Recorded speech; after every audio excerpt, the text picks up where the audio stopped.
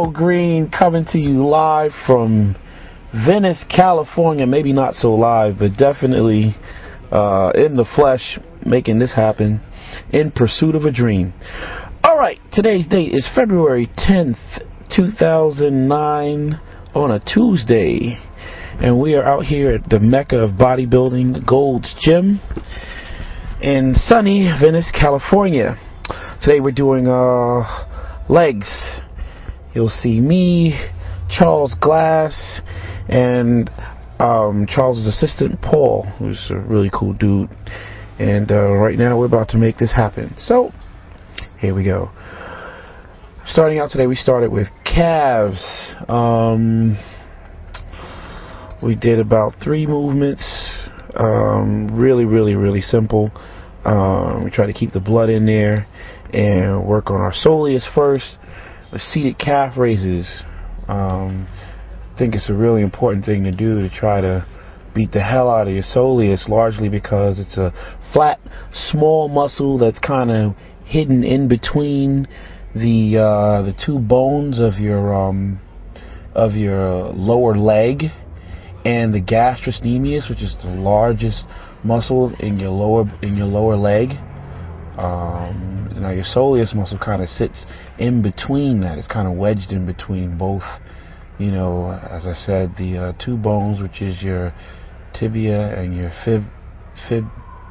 fibula. Yeah.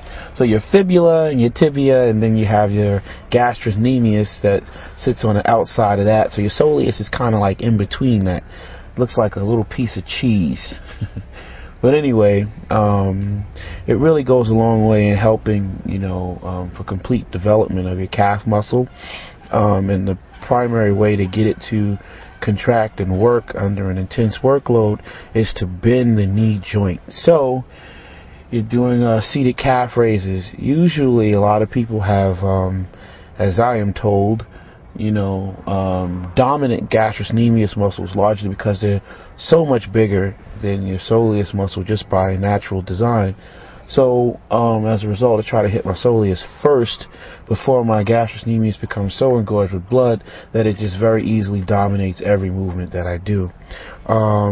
So you see me turning my toes in, heels out, and concentrating on, even at times, using my fingertips to kind of grab the sides of my calves and, use that extrasensory to, assure me that my soleus are working and contracting intensely under the workload. When I was a teenager, really interesting story, really quickly, some people are like, no, God, tell these stories long-winded like Bill Cosby, and they don't go anywhere. But, I assure you this story will go somewhere, and I'm going to try to stick with the point. Or stick close enough to the point that the story actually makes some sense.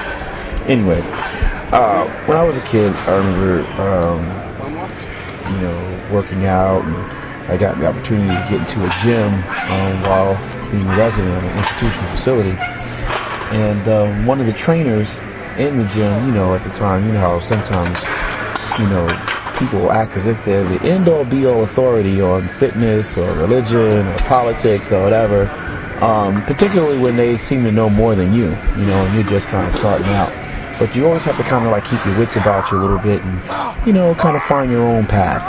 Anyway, walked into the gym and, amongst some of the exercises that I was learning how to do and trying to discipline my mind to begin to accept and, get, aware of, one of them was a calf developer, like a seated calf raise or a standing calf raise. And I remember this so-called fitness authority in the gym, one of the trainers, told me, oh, hey, little guy, don't really worry about it. You got good genetics, you can, you'll be able to get good back, and you'll see your body will grow in time, as I was very young. And she said, but don't really worry about training your calves and stuff, because black guys are known just to not have good calves. It's just like a genetic thing, like a genetic defect or something like that.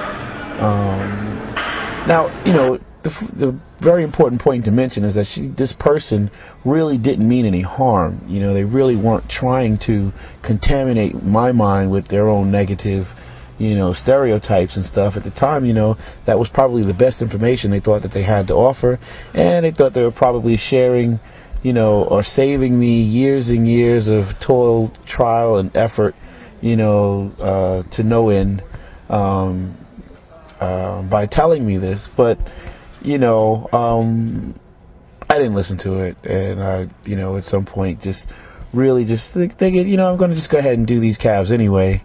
And eventually, I actually ended up developing, calves, much better calves than I think that they expected me to, and then, definitely more calves than would be expected of, I guess, a black man on average with this genetic defect.